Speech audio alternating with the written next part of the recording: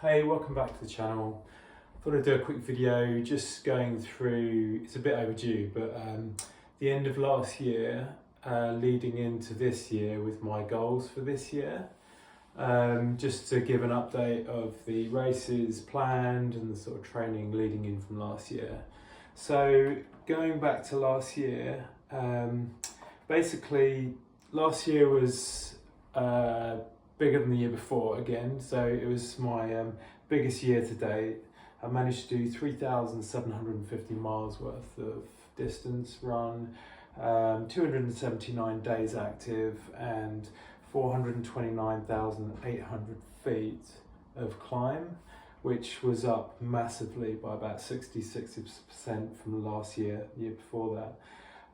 So yeah, last year was great. I PB'd in the marathon, PB'd in the half marathon distance, I PB'd in my 10k distance and my 5k distance, and so it was a really good year. So yeah, leading in from last year, basically coming into this year, I have had my main ultra, which was the Arc 100, which is a 100 miler, and I did the 50 the year before, so I knew how technical it was.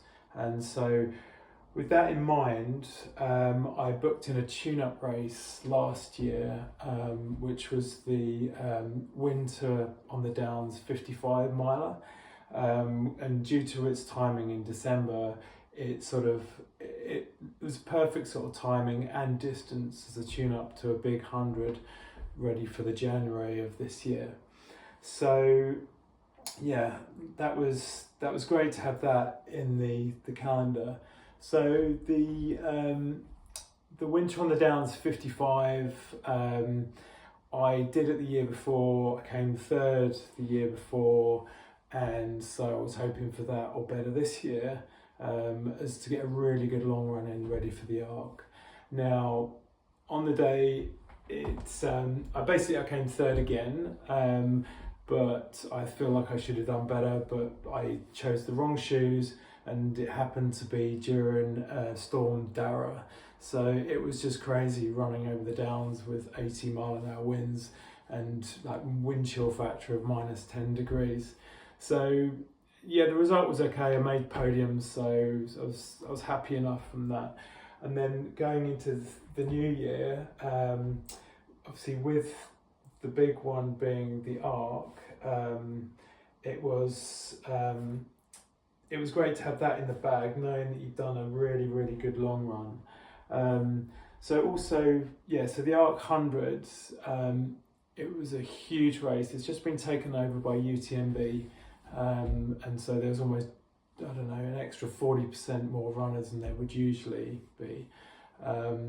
It's about 102 miles, I think it was, and there was like 15,000 feet of climb over a really technical section over the Southwest Coastal Path.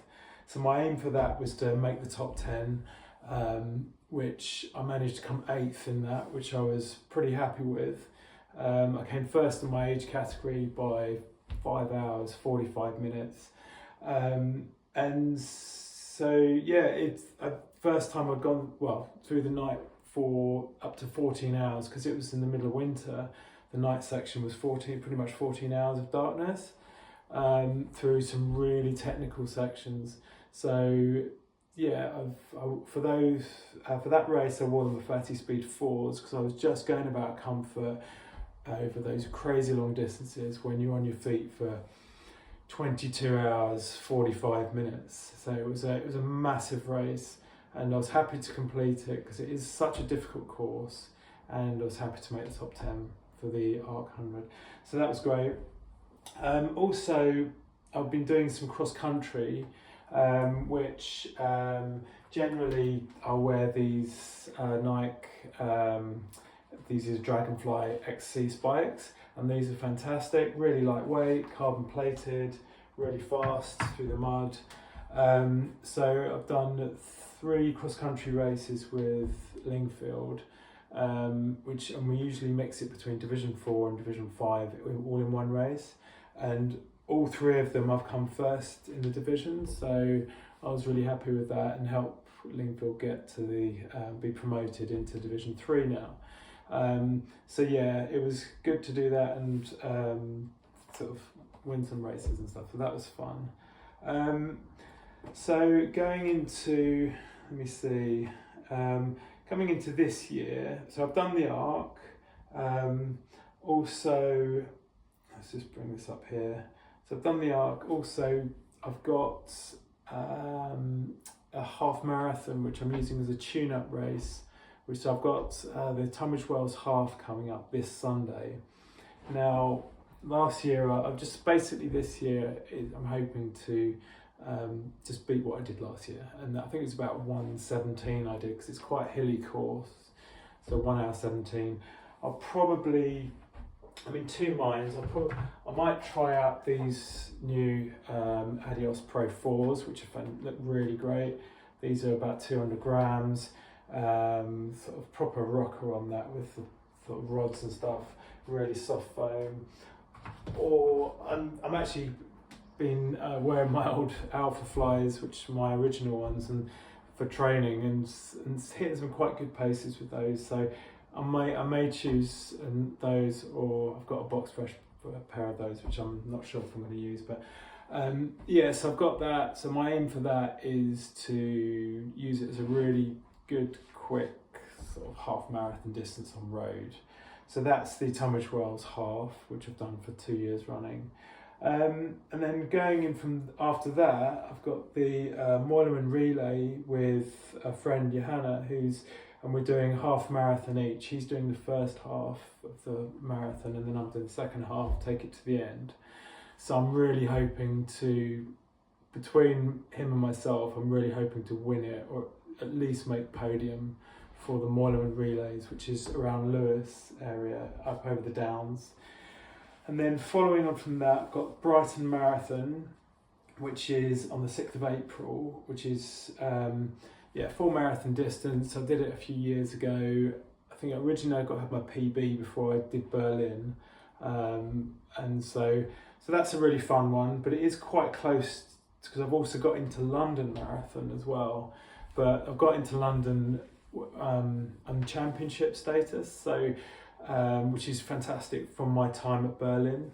See, London have reduced it now, so it's got to be a sub 2:38 marathon. So my Berlin time for that was like 2:37 or something. So I just crept in by about a minute or so, and so I'm in for London. So I think speed wise and marathon wise, London is going to be the big one in 2025. So that's what I'll be training my training block towards, with regards to the workouts and all that sort of stuff. So London will be the big one.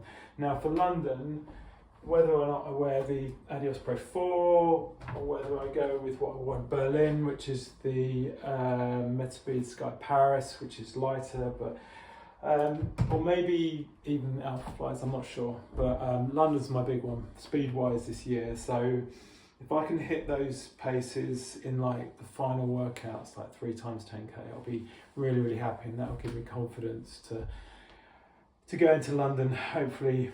Now my aim for that, I mean, I don't know if I'm going to be able to hit the same pace or better than Berlin, because Berlin is a faster course, but it all depends how these workouts go through the next 8 weeks, and then I hit the taper. So yeah, London's a big one. So after that, we have, I've got a 100 miler, which is the UK Ultra South Downs 100, which is on the South Downs, obviously. And so I did it last year, I won it, and this year I'm just hoping, obviously, to retain my title and beat what I did, my course record, which I set last year. I mean, I got lost about 7 times last year, so as long as I don't get lost, I can put in a similar performance, then hopefully I'll hit about, 17 hours something, or approximately. We'll see how it goes, but at least I know the course better this time, and hopefully not get lost with the navigation side. Following on from that, actually for the shoes for that, I'll probably wear the Terex Agravic Speed Ultras. These are the original ones. They've actually got quite a lot of miles in them now, but I've got another pair of those, but I'll probably go with those if it's not too wet. So that's the UK Ultra South Downs 100, and that's in 24th of May. So then following on after that, I've booked in for Chiltern Wonderland, which is a 50 miler over the sort of rolling hills. Now that's going in September, so there's a big gap to that. And so yeah, Chiltern Wonderland, I've always wanted to do it. I saw those are places available with Centurion, so I'm booking in for that. And if it's dry enough underfoot, I'll probably go with the Agravic Speed Ultras, or potentially Tecton X3s, which I hadn't actually worn yet. But yeah, I haven't tried those yet, but I'm really looking forward to trying those out. So see how that goes. And so that's the Chiltern Wonderland, which is September, which should be really nice. It's not too much elevation on that, and it should be a very picturesque 50 miler. After that, it's the Brighton 10k, so I'm hoping to qualify for the British Masters on that one. Now I did it last year, and you need to be in the top 3 in your age group. Now last year I was 45 year up to 49 year bracket, and I missed out by 1. I came 4th. It was a really competitive field of really fast runners, and so I came 4th in that, so I just missed out. But my 50th birthday is actually this late October, and then the Masters qualifier is in November, so I'll be in the 50 age category, which makes me feel really, really old. But anyway, hopefully it should make it easier for me to qualify for English Masters for my age category. So that's a 10k. Last year I PB'd, I should say, in my 10k and 5k in that one race. Last year I wore Vaporfly Next Percent 2s. But this year, hopefully, being in the next age category, it should be easier for me to qualify for that, which would be absolutely amazing. So that's definitely on one of my sort of bucket list of things. Yeah, there's a lot going on. I'll try and keep the training going each week. The big one, like I say, is London Marathon. I've done the big ultra, which I was happy with the result with, the UTMB Arc 100. I mean, I was a bit gutted actually, because even with a top 10 finish, my UTMB index went down by 1. I thought it would at least have gone up a little bit, but at least got through that race. So yeah, this is 2025, my schedule, and bring on the big ones like London Marathon, and yeah, looking forward to this weekend for the Tunbridge Wells half, and I'll keep you posted on the progress, and thanks for listening.